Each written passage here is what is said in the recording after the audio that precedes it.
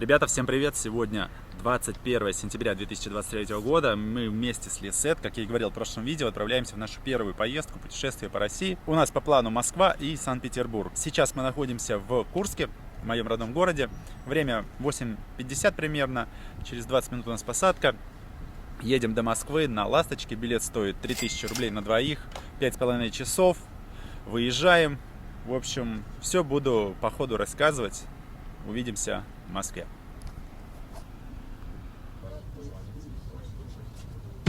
Ребята, всем привет еще раз. Не прошло и суток, и мы вернулись в Курск. Сейчас кратко объясню, что случилось. Мы приехали в Москву благополучно, добрались до нашего отеля, и девушка на ресепшене сказала, что не сможет, когда мы подали все документы, сказала, что не сможет заселить Lisette. Я спросил, почему. Девушка говорит, что сказала, что нужна регистрация в России, Lisette. Она спросила про регистрацию, сначала миграционную карточку. Мы показали, ее выдают в тот момент, когда вы прилетаете, проходите миграционный контроль в аэропорту. Миграционная карточка у нас есть, а регистрации нет. Ее нужно делать практически для всех иностранцев в течение недели, в течение 7 дней нужно сделать регистрацию для практически всех иностранцев. У Lisette ее, конечно же, не оказалось, я лично не знал, я не читал эту информацию, посмотрел, что не нужны визы, и все. И Lisette тоже не посмотрела.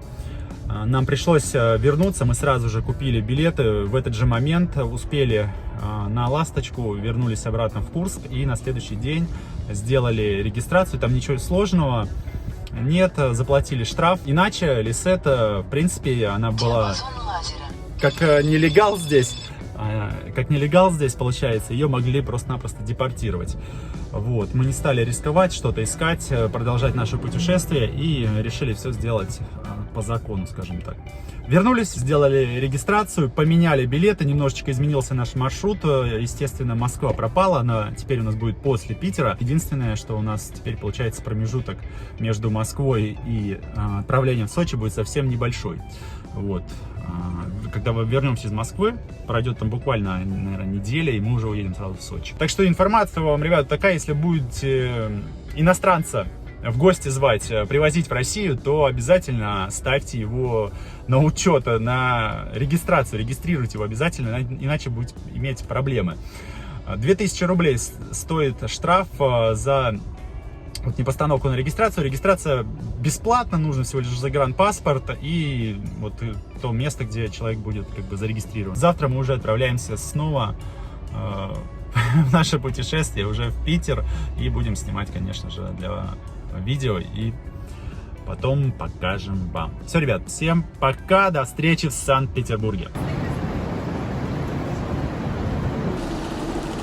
Ну что, ребята, мы уже в Москве, отправляемся от Ленинградского вокзала вот на Сапсане, на таком. Давно хотел прокатиться на Сапсане, как раз повод. Все нормально, снова, повторно, во второй раз приехали в Москву.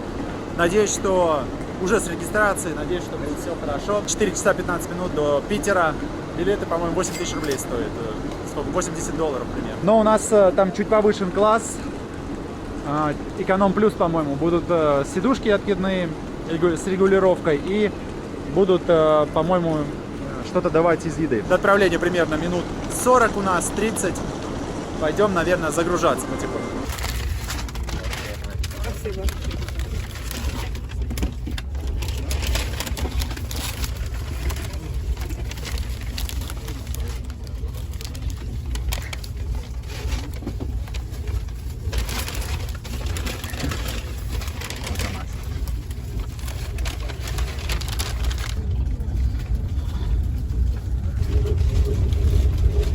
Да-да, я слушаю.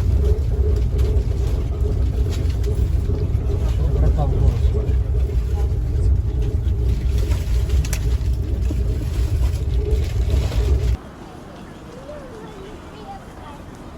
Всем привет! Еще раз, наконец-то мы добрались, заселились, находимся в Санкт-Петербурге. Номер покажу чуть-чуть попозже, сейчас расскажу про Сапсан. Я на нем ехал первый раз, Lisette тоже. Очень понравилось, стоил он 8000 8200. Это примерно $80. У меня были не самые простые билеты. У меня был эконом плюс, по-моему, он назывался. В нем дают еду. Такой пакетик собирают тебе с водой, с мюсли и кофе, и чай. Что-то на выбор. Застелили красиво нам столик с салфеточками.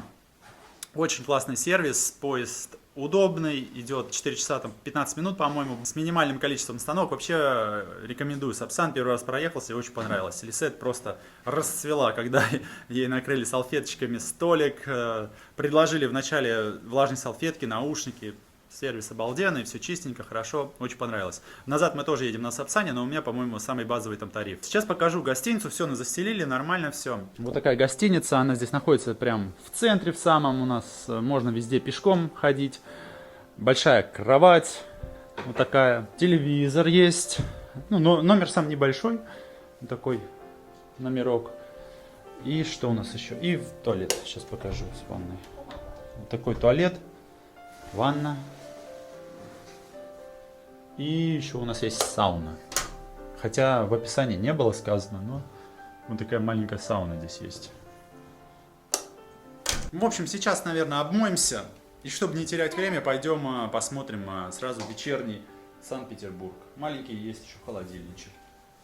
Холодный, да, уже морозит. Вот он. Вот такой вид. Оп.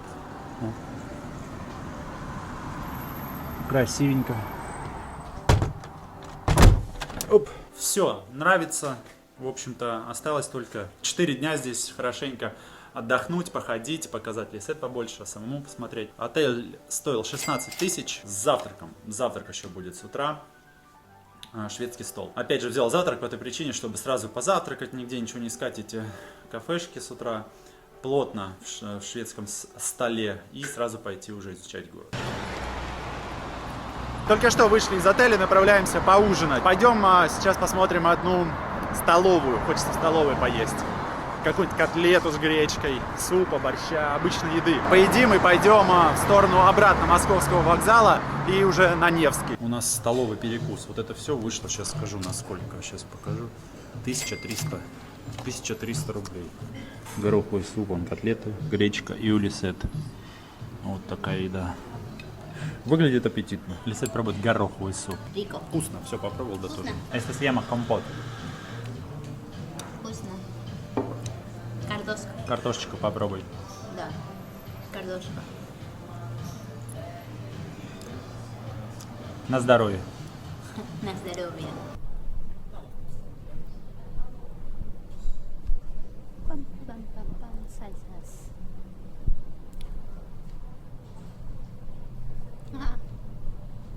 Rico. Сейчас подходим к метро Восстание станции. Лисет смотрит, не видит, что это метро, спрашивает, что это за музей.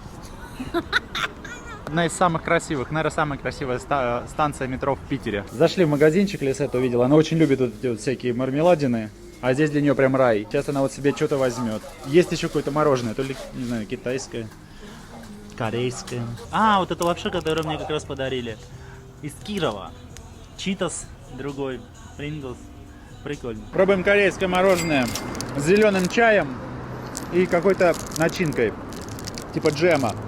290 рублей стоит. Просто мороженое со вкусом зеленого чая. Ну, я бы второй раз не купил.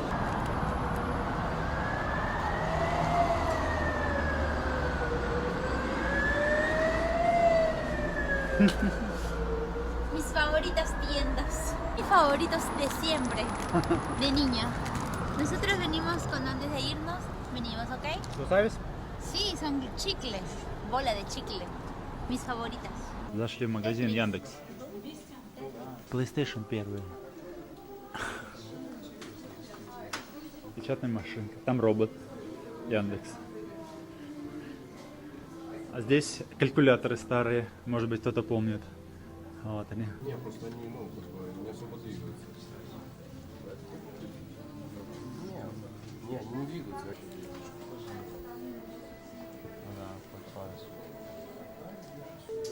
О, Need for Speed 2. Вот с него я начинал играть как раз Need for Speed. Ой, вообще обалденно. Да. Офигенно. Графика еще была на то время крутая. Лисет играет Тетрис. Магазин купцов Елисеевых. 1902 год. Санкт-Петербург. Красивый магазин. Фантастика.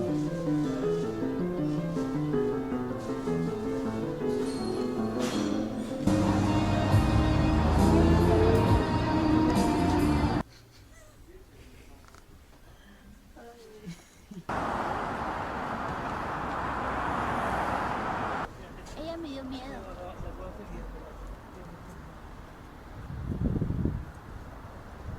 Возвращаемся в отель. Сейчас время где-то 11:30. Выспимся и завтра пойдем уже гулять. Hasta mañana. До завтра. До завтра. Мы на завтраке. Смотрите, что здесь есть. Немножко пробегусь сейчас. Яйца вот надо сейчас взять. Лисет себе набирает фрукты. Лисет покито. Смотрите, о, здесь есть хлопья еще. Это пирожное печенье. Там каша. По-моему, из овсянки. Ой, здесь еще что-то есть.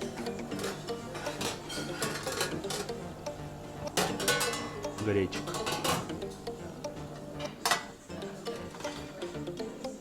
Омлет овсяный.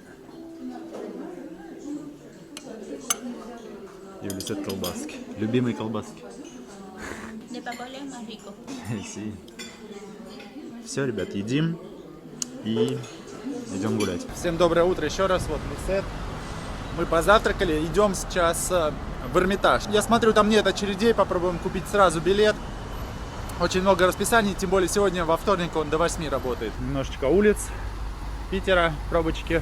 Сегодня вторник, плюс 14 градусов сейчас. Сегодня какое число? 26 сентября. Купил билет на метро в Санкт-Петербурге. Стоит 70 рублей, дороже, чем в Москве. В Москве по 50 рублей по карте тройка. Жетончик вот такой.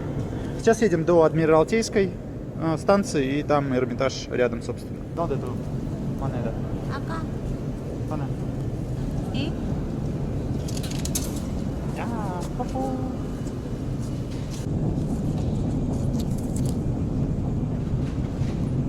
Вот такая станция метро Восстание. ¿Sabes qué es? Estatua. No, ¿quién? Pushkin. ¿Sabes? Pushkin. ¿Sabes quién? Sí, ¿Quién? no. Mi amor, está muy famoso en todo el mundo.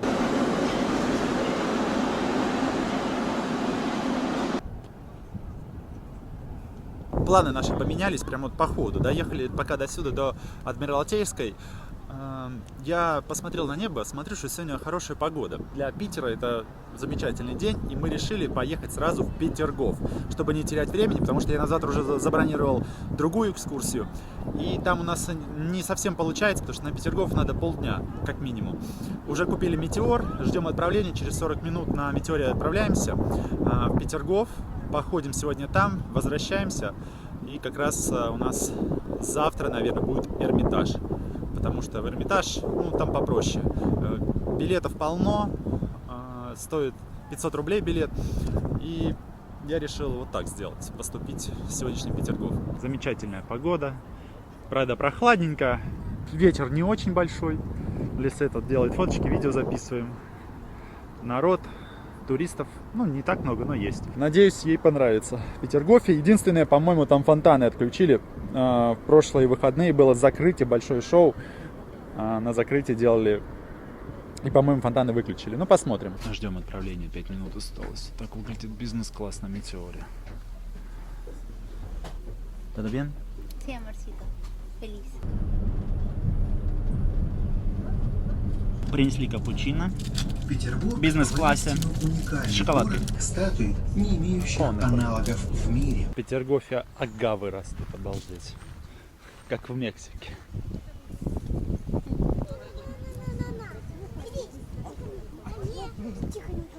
Пойдем, там еще будет, Саш. Дима, пойдем. Я очень рад, что фонтаны работают. Хотя в прошлые, по-моему, выходные было закрытие специального сезона. Но пока не отключили, и это здорово. Mira.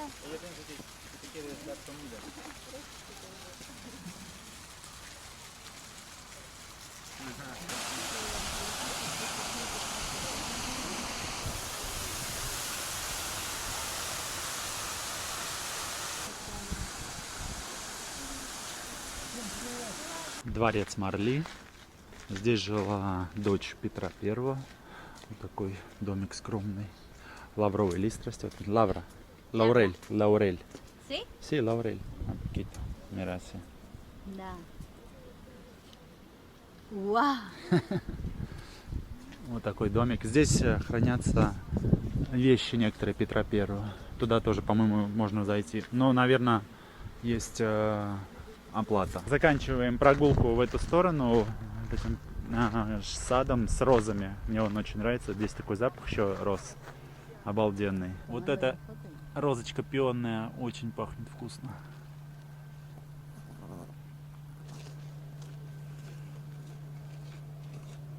Красиво. Все, сейчас будем возвращаться в ту сторону по верху, с видом на Финский залив. Трапеза Петра Великого. Сельдь, анчоусы, устрицы, все то, что так высоко оценил Петр в традиционной голландской кухне. Любил царь венгерское вино из белого винограда, мускатных сортов. К царскому столу подавали соленые лимоны, одно из любимых. Интересно. Сзади получается Екатерининский зал.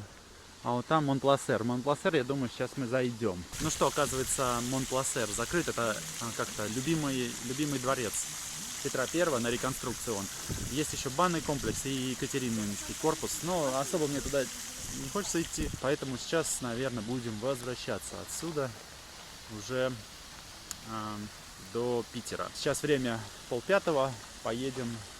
Поедим где-нибудь. Вот с утра мы позавтракали, больше не ели. Лисет очень понравилось, она сделала фотки. Конечно, понравилось ей больше всего вот место, где фонтаны. Вот еще вид, наверное, напоследок. В таком осеннем стиле оформлен. Очень здорово. С погодой нам сегодня повезло. Солнце светит. Тепло. Сколько? 18 градусов. Взяли одежду утеплиться, но не понадобилось. Ветра нет. Просто супер. Хорошо, что сегодня поменяли планы и поехали сегодня сюда. Листики начинают желтеть. Еще неделя-две и будет все желтое здесь. Uno, dos, tres.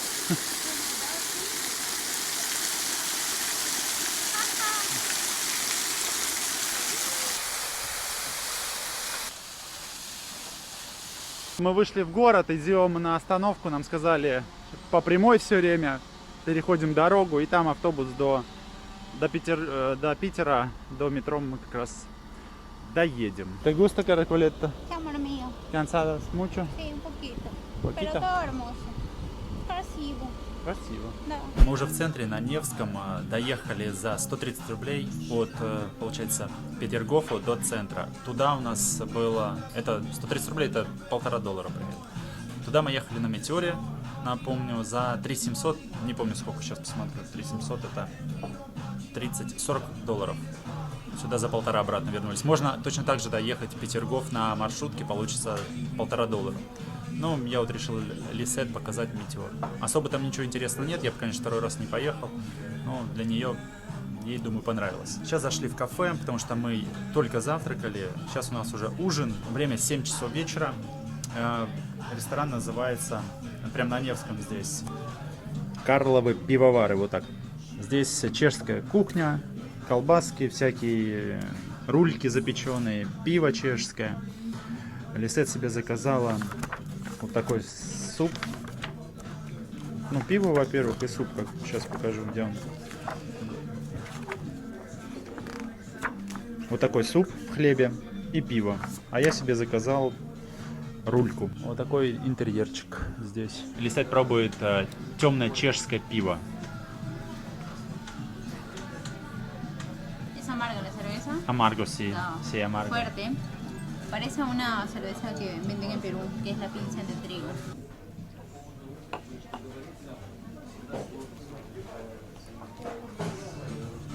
Спасибо.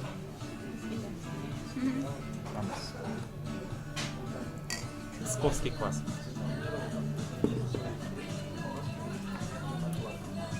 Офигеть, вкусный какой. Девушка меня предупредила, что он 1% алкоголя в нем. Очень вкусный. Ребята, ну вот нам принесли нашу еду сейчас. Лисет откроет свой пирожок. И это рулька. Ага. Вот такой суп. И у меня рулька в медовом соусе. Ей принесли перчик.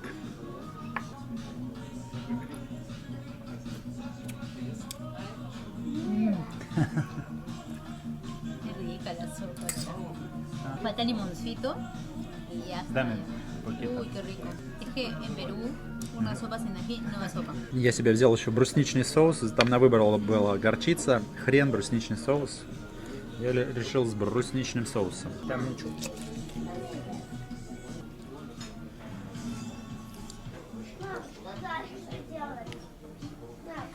Нереально вкусно. Она протушена очень сильно, очень мягкая. Вообще великолепно. С капусткой. Сейчас попробуем капусту. Моченая капуста, сладковатая такая. Прям с рулькой. Окунаешь.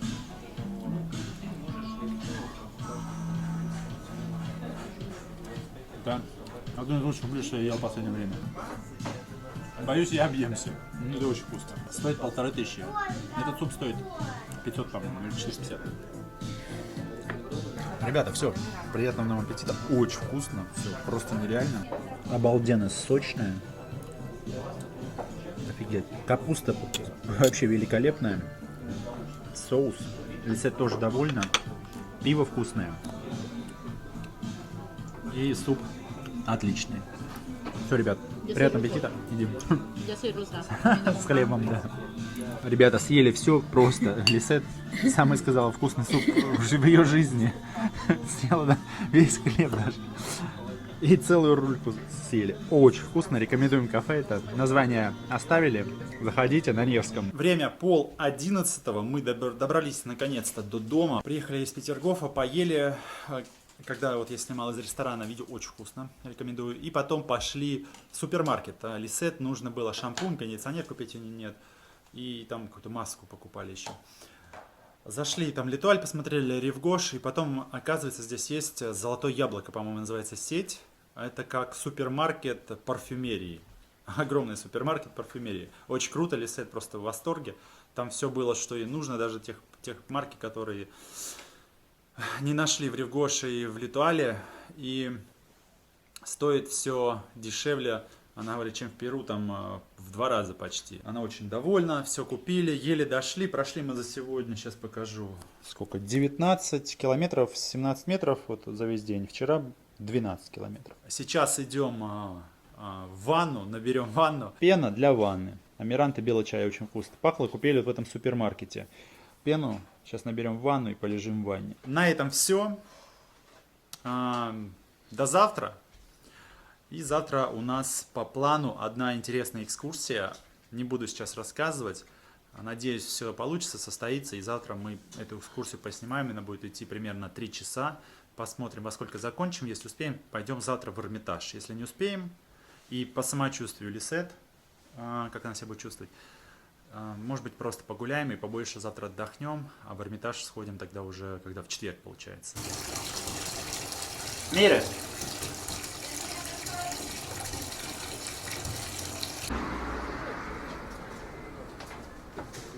На начало года около 67 тысяч криминалов было официально зарегистрировано только в центре города.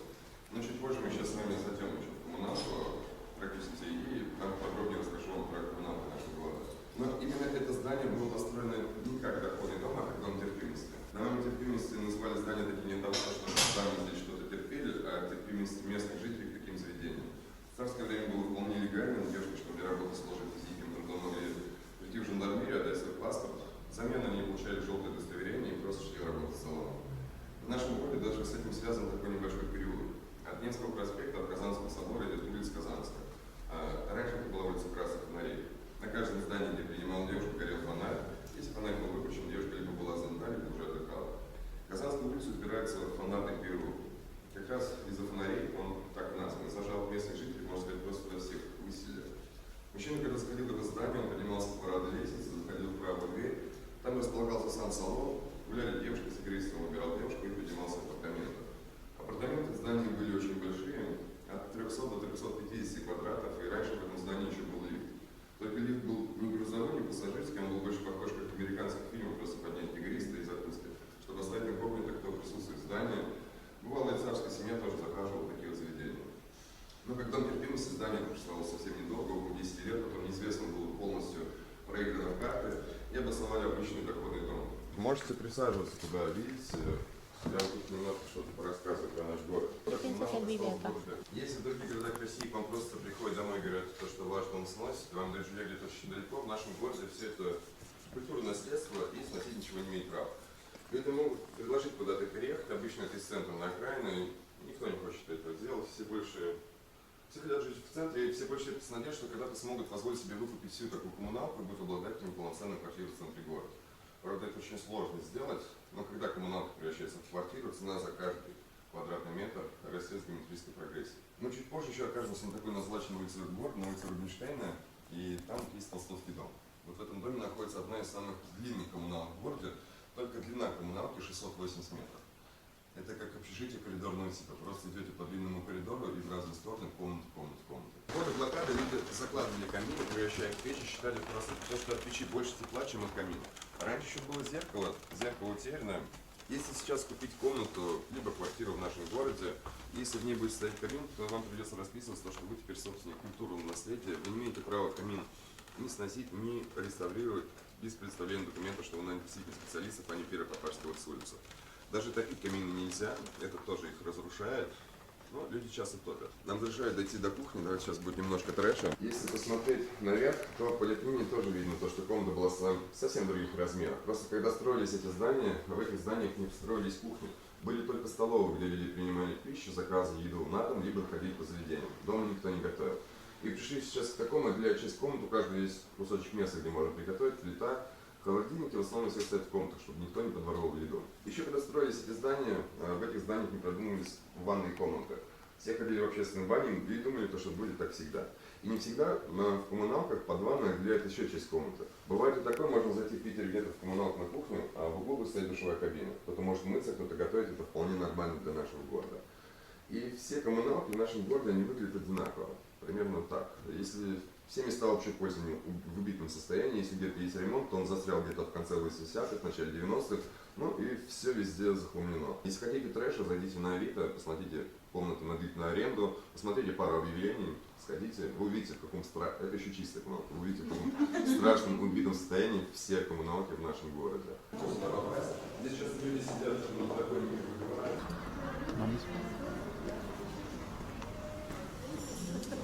Это парадная отличается от предыдущих. Просто в предыдущих парадах делал ремонт шеф. В этом парадах делал ремонт человека. Все это здание принадлежит одной женщине. Она создает эту коммерцию. Мы специалисты, чтобы сделали здесь ремонт, ну и всегда следить за чистотой парада. Еще здание повезло тем, что после революции здесь была детская музыкальная школа, и дети, по сути, особо ничего не нарушили. Купол был выше Зимнего дворца, с ним когда решили снять купол, и пришлось доказывать, что это всего лишь элемент декора, так строить можно, и в Гурцаре никто не живет. Он еще пошел на хитрость, он подделал документы, якобы купол несущий конструкцию здания, если убрать купол, то здание работает. После этого разрешили оставить купол. Теперь, гуляя по городу, на некоторых зданиях можно увидеть купола. Чем больше и краше был купол, тем считался более представительный доходный дом. Ну просто дороже стоили квартиры в таком доходном доме. Ну, а позже еще ввели налог на купола, как налог на роскошь. На этом здании нет угла. Угол как будто кто-то обрубил просто. На этом здании угол скругленный. Помните, показывал, где сидел Достоевский последние свои годы. На здании тоже нет угла. У нас очень много в городе зданий, на которых нет углов. Как думаете, почему так строили? Ведь земля была безумно дорогой. А кусочек очень дорогой земли, это нужно обратно подарить городу. Площадь, по сути, уменьшается. Какой же смысл убирать из здания угол? Попробуем догадаться, пока идем. Это пятый угол. В этот пятый угол ставилось либо окно, либо балкончик. Комната становилась интереснее, стоила намного дороже. Что не делалось, много что делалось в каких-то доходных домах просто с одной целью, чтобы поднять стоимость проживания в таком доходном доме. Квартиры никогда не продавались, и столько нас сдавались на это.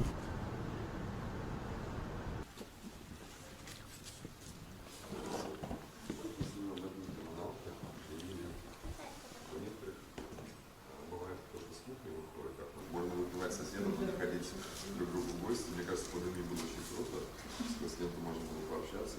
Вот и там еще полностью все глухое. То есть там снизу не попасть. Там полностью все глухое. То есть если что-то упало, можно идти к соседям на первый этаж, спрашивать, чтобы вылезти в окно и что-то забрать. Давайте начнем с легенды. У каждого купца того времени была легенда, как якобы их род получил вольную. И у Алексеева была тоже легенда, якобы в поместье графа Шереметьева зимой на балу подали спелую свежую землянику.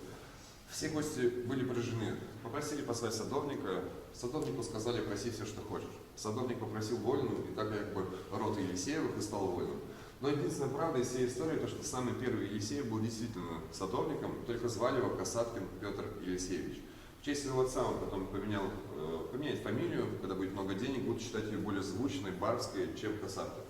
Когда Касаткин приехал в наш город, он, по сути, купил себе такой лоточек на шее деревянный и мешок апельсинов. Пошел апельсинами торговать на Невский проспект. Через некоторое время вся семья, жена, 3 сыновей, все были с лоточками, все продавали апельсины даже дольками, чтобы просто заработать больше денег. Касаткин очень любил заграничные товары. Он начал привозить в российскую лань стран кофе, прованское масло, трюфеля. У него еще было правило, то, что если у конкурентов есть похожий товар, то цена у него на товар должна быть ниже. И только самые свежие овощи и фрукты на прилавках магазинов. Мне кажется, продавцам елисейских магазинов в то время очень везло. Когда заканчивался торговый день, можно было поесть манго, маракуйя, завтра поплывет корабль и привезет только свежие овощи и фрукты на прилавки магазина. После смерти Касаткина все досталось сыновьям. Самый старший сын ушел из бизнеса, остался младшим и средним. Это младший просто другой фотографии сохранился, поэтому выглядит более старым. И при 2 братьях развилась такая торговая империя, большая, которую многие знают. У них было 117 доходных домов и семьи. Были торговые дома в Москве, в Санкт-Петербурге. Были свои пароходы, винные погреба на острове Майорка, виноградники. Самый большой винный погреб в России располагался на Российском острове. Он был более 1,5 километра. Некоторые бочки доходили до 300 ведер. И со своим вином Елисеевы занимали всегда только первые места на всех международных выставках. У них было лучшее вино в мире. Ну, еще они были поставщиками царского стола. По сути, это была самая высшая награда и доверие от государя. После смерти младшего брата досталось среднему. У среднего брата было 3 сыновей. Было очень много денег, он дал всем очень хорошее образование. Но никто из сыновей не хотел заниматься торговлей. Он понимал, что бизнес сейчас уйдет конкурентам, начал выпивать, гулять по салонам. Нашел себе молодую любовницу, жена, узнав об измене, покончила жизнь самоубийством. Дети отреклись от наследства, от дворянства. Он переехал жить за границу с молодой любовницей. Перед смертью написал завещание на свою внучку, но внучка, помня обиды родителей, решила отказаться от завещания. Но тогда уже был Советский Союз. В Советском Союзе сказали: принимай и передай все нам. Так она и сделала. От Советского Союза получила Волгу. Род Елисеевых жив, но ни одно здание, ни торговый, ни доходный дом сейчас роду никак не жив. Немножко обидно, то, что торговая большая империя выросла с продажи апельсинов, а потом все рухнуло. Практически все здания Елисеев строил один человек, это Барановский.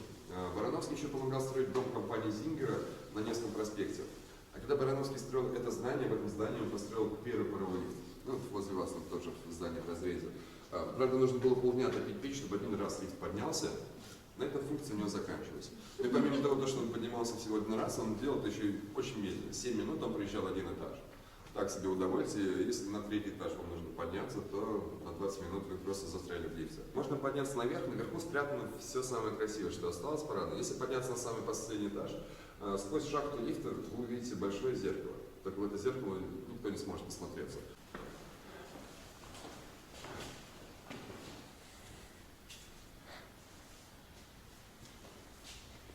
Прям никакого личного пространства получается.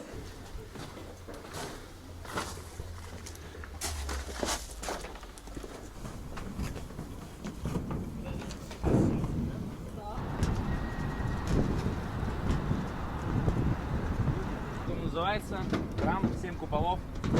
Вот там, вот показывают. Спасный край, все правильно. Храм построен на месте совершенного теракта по отношению к императору Александру II 1 марта 1881 года.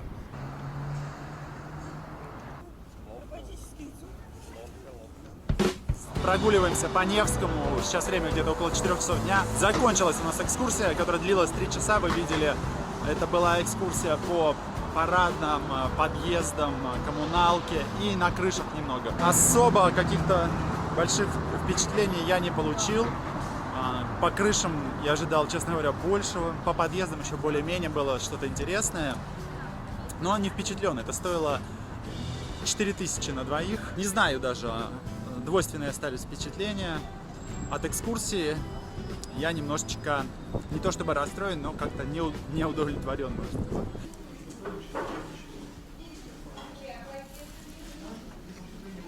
Зашли в пышечную, я когда в Питере бывают, прям традиция.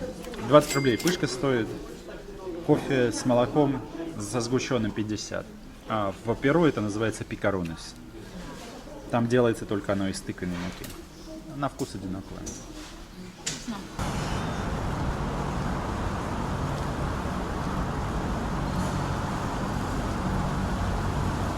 Хотел сейчас купить билеты в Эрмитаж на завтра, но мне сказали, что они продаются только вот в кассах здесь, в самом комплексе, только день в день, то есть сегодня, на сегодня продают. А так можно купить на сайте. Я спросил, есть ли места, ну, то есть свободно, если прийти, вот, допустим, там к 11. Она говорит, девушка сказала в кассе, что места есть, только заранее нужно было бронировать с экскурсиями, которые. А так, если сам решил погулять, то свободно. Так что завтра пойдем с утра, с 11 работает, во вторник и в пятницу, и в субботу, по-моему, до 8. А так до 6 остальные дни. Ну, отсюда классный вид получается. Вот Иса делает фото на Исаакиевский собор. Вчера у нас был ресторан с рульками, чешский, а сегодня у нас столовая номер 1. По бюджетному. 655 рублей, вот это все. Здесь напротив есть еще одна столовая, где мы ели в первый день. Там 1300 вышло. В 2 раза дороже. Итак, всем привет еще раз. Последнее видео мы записывали из столовой за 655 рублей. Несмотря на такую дешевую цену, было достаточно вкусно, даже очень вкусно. Лисет понравилось, и мне понравилось. Это даже в 2 раза дешевле, получается дешевле, чем мы первый раз ели в столовой. Так что рекомендуем.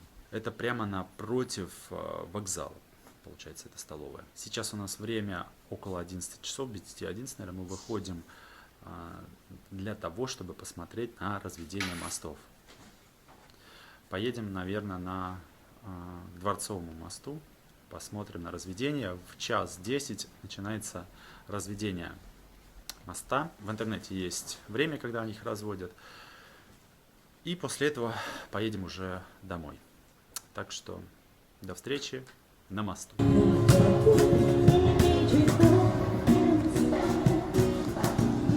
Завожу подруг на за деньги, да. Я не делаю вид, даже за деньги, да. Я подумаю, потом скажу сразу, да. За деньги, да. За деньги, да.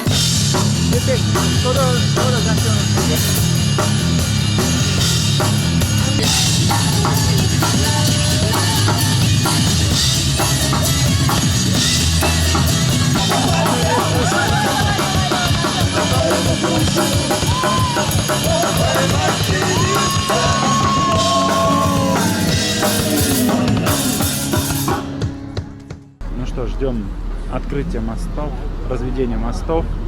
Ждем не только мы, смотрите, сколько этих лодок здесь. Так, красный загорелся на мосту. Светофоры, фонарики включились. Все. Сейчас будет разведение.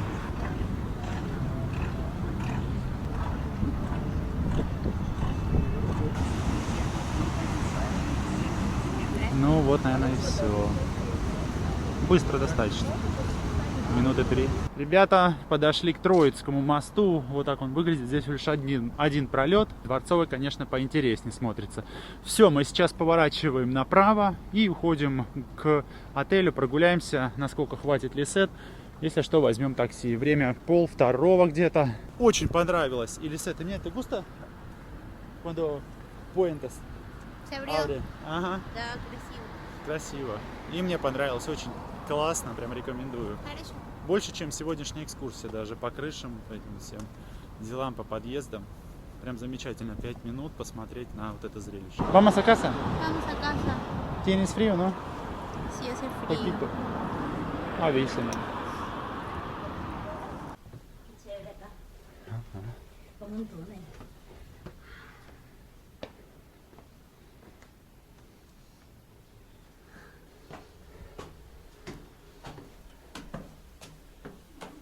¿Estás bien?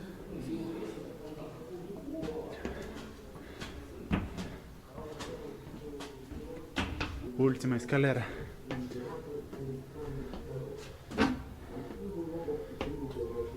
No es un tipo de... Última carcoleta.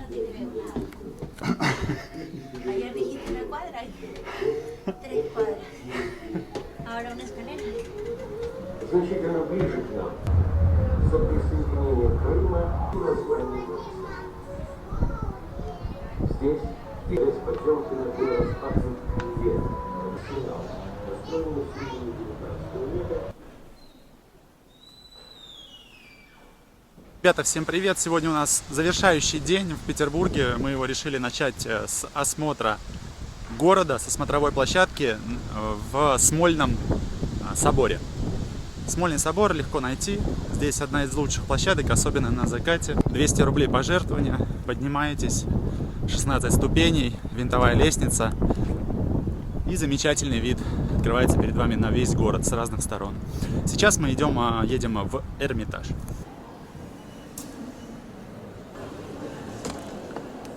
Ну что, мы вошли, билет 500 рублей в Эрмитаж. Есть аудиогид даже на испанском, 450 рублей. Лисет сказала, что не хочет. Я тоже просто прогуляюсь по залам. Так что вот Иорданская лестница, поднимаемся и идем вверх.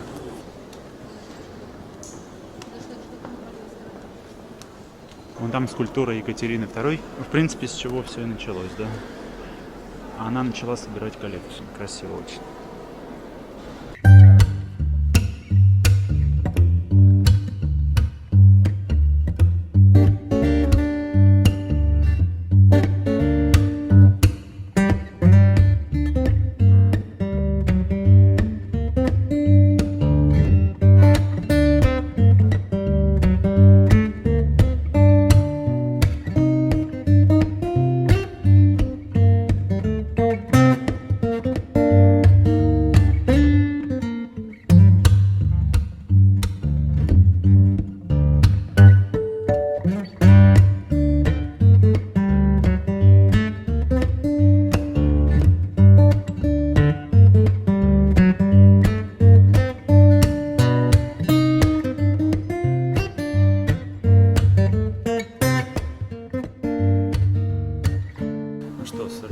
Мы закончили сегодня. Понадобилось примерно, я не знаю, нам часа два, и то не все обошли. Лучше, конечно, гида взять, который разбирается и расскажет самое интересное. То есть там очень много ходить надо. Есть, кто не знает, основная сцена, да, где можно посмотреть основное все. Есть еще две комнаты, золотая, по-моему, бриллиантовая. Поэтому мы закончили достаточно быстро, Лисет подустала, и сейчас приехали в место, называется Гранд Макет. Там прям делают в режиме реального времени новые вещи, что-то ремонтируется. Я думаю, ей понравится. Вход стоит для взрослых 780 рублей. Такая здесь макет.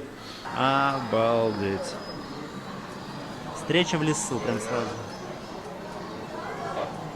Огромный макетище.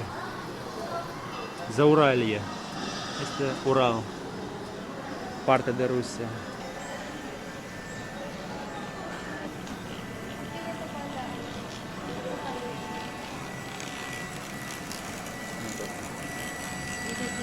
Нашел здесь Курск.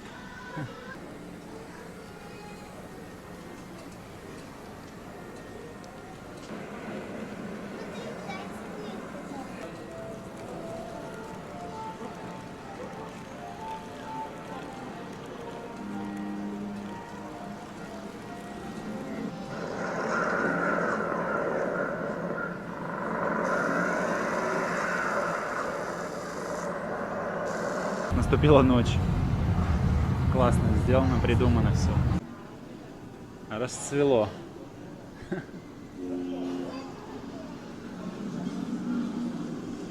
Монетка на счастье. El último yo.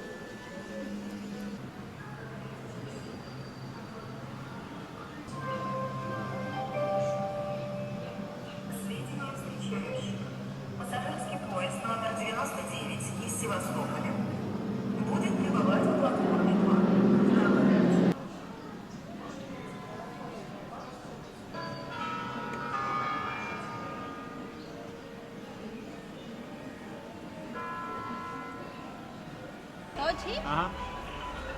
Wow.